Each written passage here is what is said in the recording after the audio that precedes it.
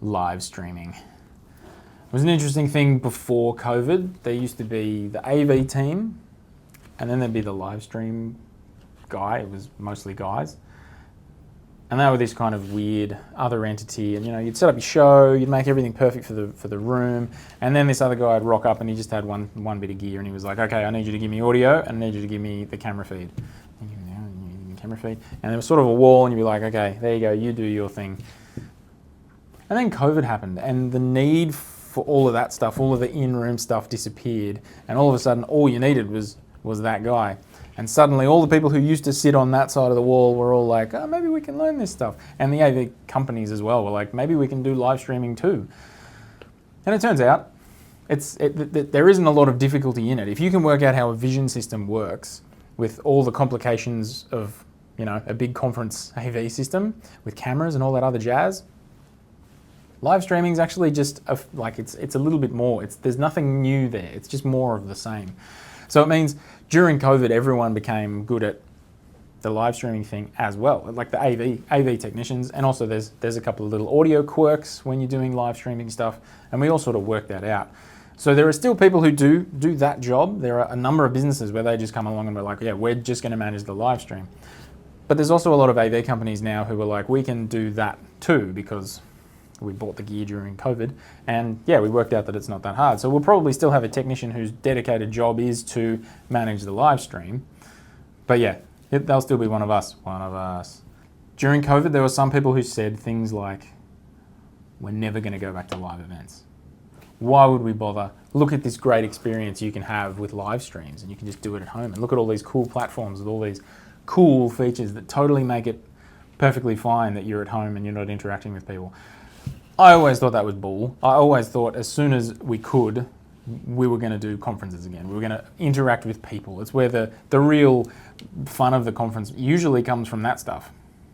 It's not great for me, the guy who makes everything perfect in the room. A lot of the important stuff actually happens during lunch when everyone's chatting. That's sort of that human interaction that everyone craves. And sometimes the event is just an excuse so that people can get together. But one prediction I did get wrong was that everything was going to be live streamed now, just everything. Because during COVID, everything was, and it wasn't that inconvenient really. And again, like I said, we've now worked out that it's not that difficult. If you've already got a camera, if you've already got an audio system, you just need one computer that signs into Zoom and has, an interface to get your camera into it. And I'm not talking about webcam, I'm talking about pro camera that's actually shooting the content on screen. And the audio feed from the audio desk, so it's it's not just your laptop's microphone up the back of the room, but no, actually the microphone that presenters are wearing are getting piped straight into the Zoom call. So I'm sick, my kid's sick, I don't live anywhere near the venue, or just I couldn't be bothered to go in today, are all reasons why it's a good idea to just have a laptop sitting there that's getting the camera feed, that's getting the audio feed, and there it is. Those people can now participate. And if someone's sitting at that laptop, those people can also chat, and if you've got it plumbed into the audio system the other way, they can even ask questions through the magical, we can hear them through the roof. So that scenario doesn't give you the seamless experience with presentation, because to do that properly it needs a bit more equipment, it needs a few more people, usually a proper camera director is ideal if the broadcast is really important, but just as a little add-on for the people who are sick. Quite cheap, very easy. Most companies have, whether it be a corporate Zoom account or a corporate Teams account or whatever, and you just give one of your laptops to the AV team and say, hey, can you join this call? Hey, I've joined the call. Can you plug this computer in? And as long as the AV company knows about it, because there's 2 little boxes you need to have ready to go for that to happen seamlessly. But if you let them know, it's a very easy thing you can add on to your event.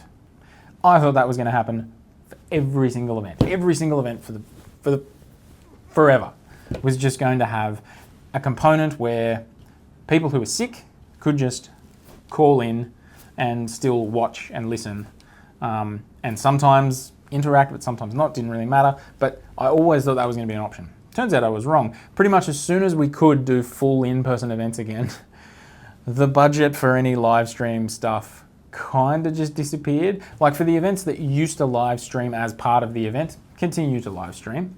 But a lot of events that were just fully in person have pretty much gone back to fully in person. And you know, that's okay. What can I do about it?